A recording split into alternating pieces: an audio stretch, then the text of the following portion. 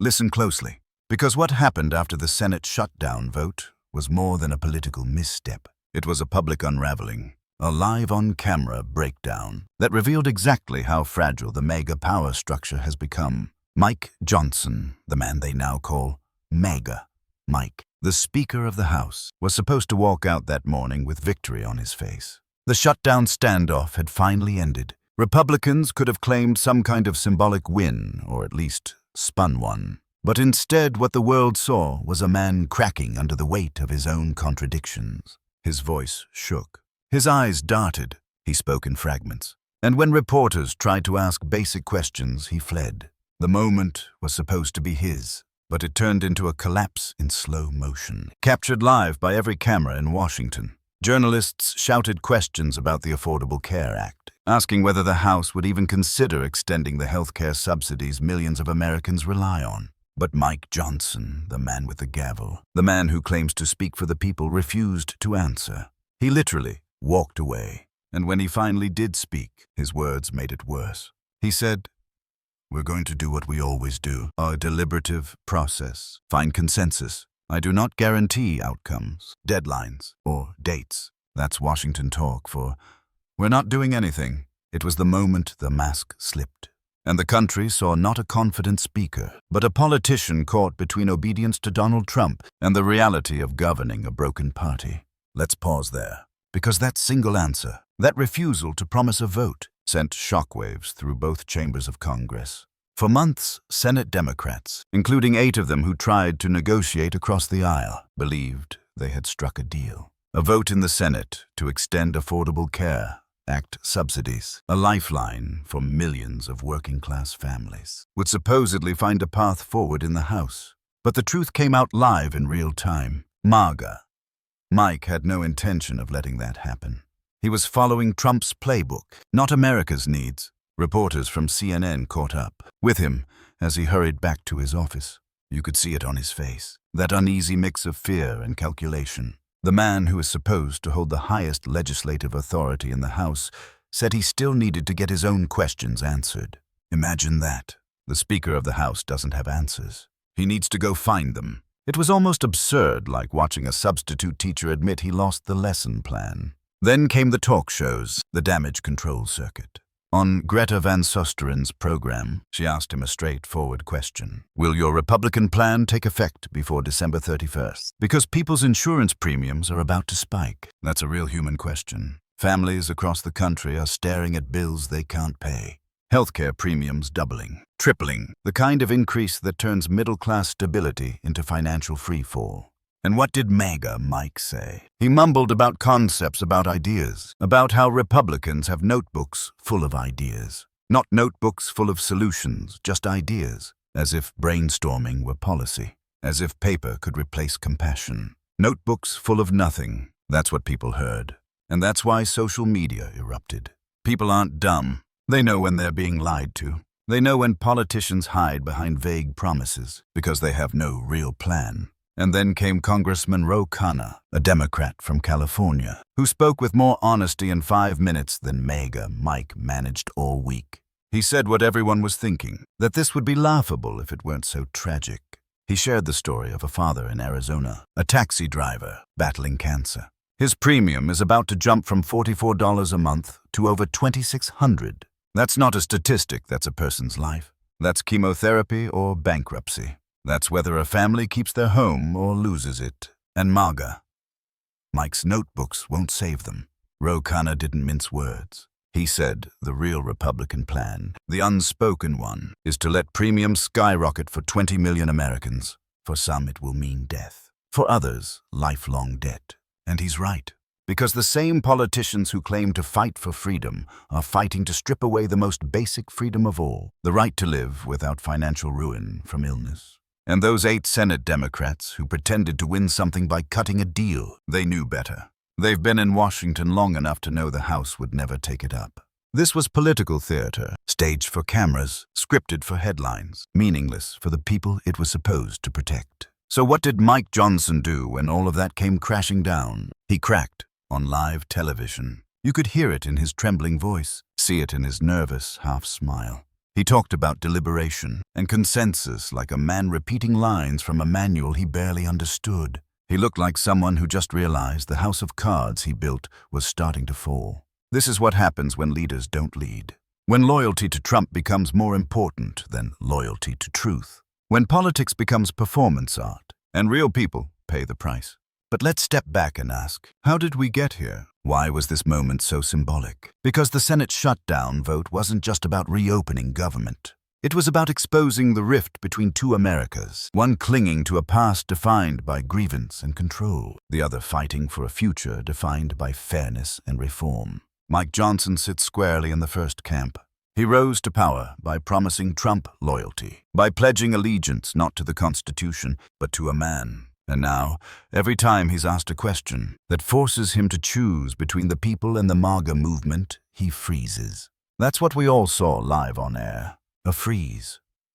The brain's panic response. When truth collides with fear, even conservative media noticed. On Fox News, when pressed to name a single concrete proposal, Johnson again repeated his talking points. We have notebooks full of ideas, not one detail, not one policy. Just filler words and nervous smiles. The clip went viral. Commentators called it a word salad dressed in panic. Because that's exactly what it was. And while the speaker fumbled for words, Americans were dealing with real consequences. The Affordable Care Act subsidies that expire at the end of the year are not abstract. They cover nearly 20 million working people. Without renewal, those families face massive premium hikes, from hundreds of dollars to thousands overnight. This isn't politics, it's pain. It's parents skipping medication to buy groceries. It's seniors canceling doctor appointments because their co-pays suddenly tripled. It's the single mom who thought she finally had stability, now staring at an email from her insurance company saying, "Your plan will no longer be affordable." Meanwhile, MAGA Mike shrugs and says, "We'll deliberate." Deliberate what? The human cost, the suffering, or how to spin the next soundbite for Trump's approval. Even his own allies are uneasy. Marjorie Taylor Greene, one of his most vocal supporters, appeared on social media, confused and frustrated, asking, "What are we even fighting for anymore? This isn't America first." When even Greene is questioning the MAGA script, you know the show's falling apart. And that's the deeper story. Not just one man cracking under pressure, but a movement imploding on live television. Because what MAGA Mike represents isn't strength, it's exhaustion. It's the political equivalent of burnout, a machine that's been running on outrage and conspiracy for so long it's run out of gas. Think about it. For months, Trump has demanded loyalty tests from every Republican in Washington. He's told them to block bills, obstruct votes, and sabotage bipartisan agreements, all to keep the spotlight on himself. Johnson obeyed. But now that obedience has a price, the government barely avoided collapse. The Senate embarrassed the House. And the Speaker looks like a man who doesn't know which side he's on anymore. That's why you saw the panic. That's why his words faltered. Because behind the slogans and notebooks, there's nothing left to say. Let's talk about those ideas he kept mentioning. He said, Republicans have notebooks full of ideas to bring down healthcare costs. But where were they when they controlled all three branches of government? Where were those notebooks in 2017? When Trump promised to repeal Obamacare day one? Where were they when tens of millions were begging for relief during the pandemic? The answer is nowhere. Because the notebooks don't exist. They're props, metaphors, political smoke. Meanwhile, the Democratic side, for all its internal chaos, still managed to fight for real extensions, still managed to push through pandemic relief, infrastructure investments, and childcare credits. And while no party is perfect, one thing is clear. People want fighters, not fakers. That's what Ro Khanna was saying. He's calling for new leadership, younger voices, bolder ideas, a party that listens to real people again. And he's right. Because for too long, Washington has been trapped in the same cycle. Old men arguing over old problems while families drown in new ones. The generational divide is real. And the shutdown vote exposed it. Younger Democrats, grassroots activists, and working-class voters are demanding urgency. They're saying stop negotiating with people who don't negotiate in good faith. Stop expecting compassion from politicians who treat empathy like weakness. Stop giving oxygen to leaders who can't even answer a yes or no question without trembling. Ro Khanna said something else that hit hard. that the adults in the room have been failing the American people for decades. And he's not wrong. The people who have been in office for 30 or 40 years, on both sides, have watched inequality skyrocket, housing prices explode, and wages stagnate.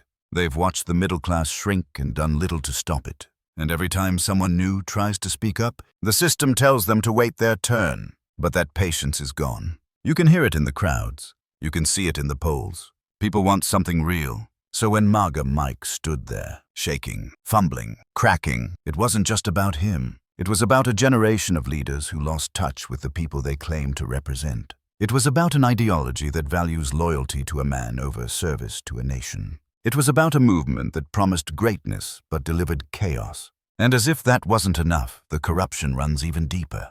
Hidden inside one of the Senate's bills, Republican senators inserted a quiet little provision that would allow them to pay themselves $500,000 from the Department of Justice for subpoenaing phone records connected to January 6th. $500,000 each. Taxpayer money to settle with themselves. That's not policy. That's self-enrichment written into law. They built a backdoor payout system for their own protection. And they did it with straight faces. When that revelation surfaced, then conservative pundits called it a new level of shameless. This is what Washington has become, a place where lawmakers write themselves checks while families can't afford insulin. So when you see MAGA Mike on TV saying, "We've got ideas," remember this, those ideas are for themselves, for their donors, for the elite class that treats public office like a private business.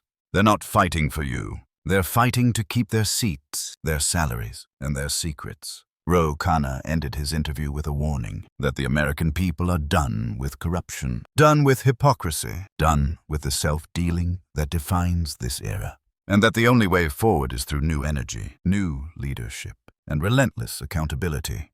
He's right again, because what happened on that Tuesday night wasn't just another news cycle. It was the beginning of a reckoning. Millions watched MAGA Mike melt under pressure. Millions more saw what Trump's movement really looks like. Without the stage lights, hollow, confused, desperate. And now people are waking up. They're realizing that while the MAGA machine screams about patriotism, it's the ordinary Americans, the nurses, the veterans, the teachers, the small business owners who keep the country alive. The truth is simple. You can't govern by grievance forever. You can't scream about freedom while denying people health care. You can't talk about family values while families can't afford to live. You can't hide behind notebooks full of ideas when the shelves are empty. And you can't fake leadership when the whole country is watching you fall apart on live television. So yes, MAGA. Mike cracked. He cracked because the truth caught up to him. Because his party's lies finally collided with reality. Because you can't serve two masters, Trump and the truth, and expect to survive both. This is where the story turns. The discharge petition on the Epstein files is moving forward. Even as Johnson tries to block it, members from both parties are aligning to release what powerful people never wanted exposed. And when that vote comes 7 legislative days after Adelita Grijalva is sworn in, the world will see who stands for justice and who stands for silence. Representative Khanna believes that more than 60 Republicans will break ranks. If that happens, it will mark the first day Donald Trump becomes a political lame duck, betrayed by his own side. That's why panic is spreading through the MAGA ranks. That's why voices are cracking on air. Because they know the walls are closing in.